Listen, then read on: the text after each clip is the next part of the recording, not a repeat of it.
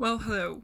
As you can see by the title, this is gonna be a very different video, and I thought I have to do this video because the misunderstanding of what does aromantic mean and asexual is staggering. The most annoying thing in the LGBT community, I feel like. And it's not even just the LGBT. A lot of people who are not asexual or aromantic don't even know what it means. Yet they claim that they know more than the actual people who are asexual and aromantic, which is just disgusting to me. Like I didn't know I would have to explain this, but if you're not a part of a community, do not speak for that community. Especially if you're uneducated and you didn't research what the terms actually mean. Because that's just going to misinform everyone. And I don't like it. You think you're right. So it's not a lie because you think you're right. But goddamn, you have to educate yourself if you even want to speak for someone else. And I also saw this excuse, so let me address it.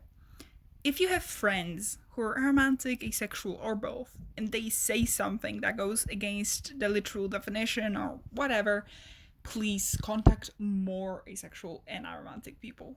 Don't do it to few people, don't do it just to your friends. Go to the actual community on social media, on Instagram, on Twitter, and actually see what they say. And see if the majority agrees with the minority.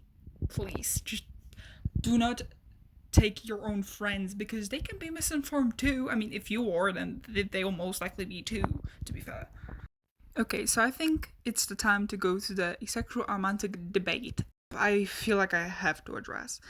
So let's get to it. So let's start with asexuality first, because well, aromantic and asexuality are very similar, and the actual definition is no sexual slash aromantic attraction towards someone. Sometimes it just says no aromantic or sexual attraction, just that. But that still really doesn't mean the action. It's about someone, their body, their genitals. Asexual and aromantic people don't find the people themselves romantically or sexually attractive. When I say attraction does not equal action, I mean asexual people can still do sex. They can still enjoy sex. They can like sex. They can do it all the fucking time if they wanna. Because asexual is the attraction to someone. While having pleasure from sex is just libido. It's in the body. It's not something you can't fucking have unless you have some problems with your body. Same with aromantics. They can be in a relationship, it just can't be romantic. They can still call themselves a couple, and yeah, apparently couples have to be romantic, but do they? I know couples that are just sex couples. I don't think that's romantic. Asexuals, aromantics, they can enjoy the action. They just can't have attraction towards someone in that way, which is a different thing. It's like I'm asexual and I enjoy sex. I like sex. I would do it all the time if I could. Trust me. But I'm still asexual because I never found someone sexually attractive. I never looked at someone and was like, oh yeah, I want to fuck him. No, I never had that, and I never will. I'm asexual, and I just don't find anyone. Nobody makes me horny because nobody can. Only sex itself can. And that's how asexuality works. It's not you can't feel sexual pleasure. You can feel sexual pleasure. Sexual pleasure is not attraction. That's not the same thing. It's not even similar. Same with aromantics. Romantic attraction is not the same as being in a relationship with someone, being friendly with someone. Kissing someone isn't even always romantic if they don't want to be romantic. If it did, ooh, I'm getting heated over here. I'm sorry. Another point is asexual and aromantic is also a spectrum. Everyone's different. There's different labels underneath these two as well. But asexuality and aromantic itself just mean the attraction to someone. And that's the literal fact. It's a literal definition. It doesn't say having no sexual pleasure, having no libido. Where does that say that? I want someone to legit prove me wrong by showing me an actual article. Please, thank you. Because all the things I've ever heard from every asexual I've met, from LGBT community, from the definitions itself, asexuality and aromanticity is not about the action. It's about finding someone attractive.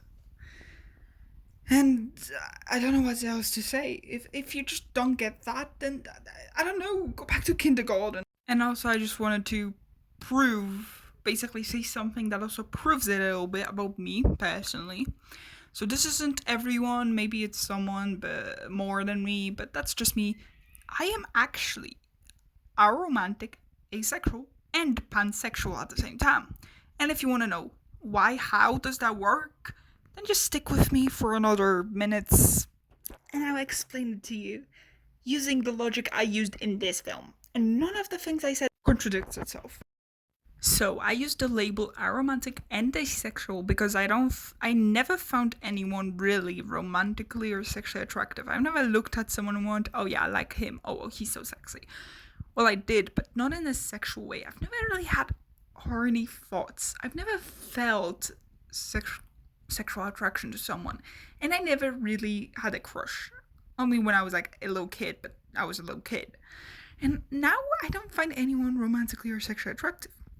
So why do I use the label pansexual?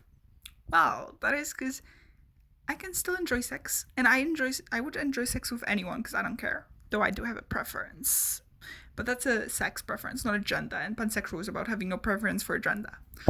And another reason why I use pansexual is because I like everyone. I don't really look at one gender and go, oh, he's cute, oh, she's sexy, oh, that and that. No, I find everyone pretty cute, pretty sexy. I have some comfort characters. I have some characters I simp for that are both girls and boys and non-binaries and shit.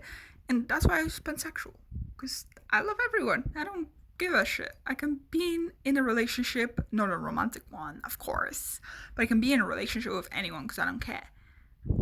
I can fuck anyone because I don't care. I can be friends in a kind of like a non-romantic strong way, if you know what I mean, with anyone I want. That's why I use all of these labels. And I think that's it. There's nothing more to say. This is all.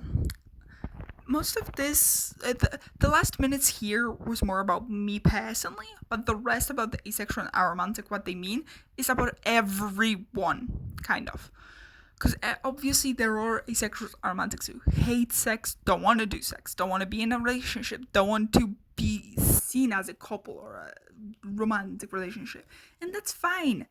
I'm just saying the actual definition and what it actually means for everyone. Not everyone has to follow the rules, but just they always have to follow the definition.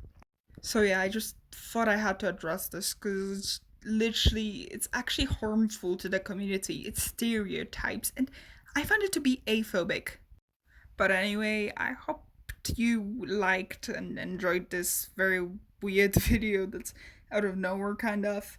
I don't know. Follow me on Twitter, which I don't really post anything as much because I don't really have followers. So yeah, go on my community post to see more about my life and shit. And I don't know. Thanks for watching. I hope everyone understood the differences and the definitions of what asexuality and aromanticity actually mean. And please follow them because they're not made up. I'm not trying to lie. I've done my research. I've been on the LGBT community for 3 years, if not 4 at this point. I know my stuff, and I got it from other people inside the community, not really myself as well, but I did get some of them from myself. Well, thanks for watching, and yeah, look out for more films. There's gonna be a new one coming up, but it's gonna be like later, like at the end of the month or something. Well, thanks for watching. Bye.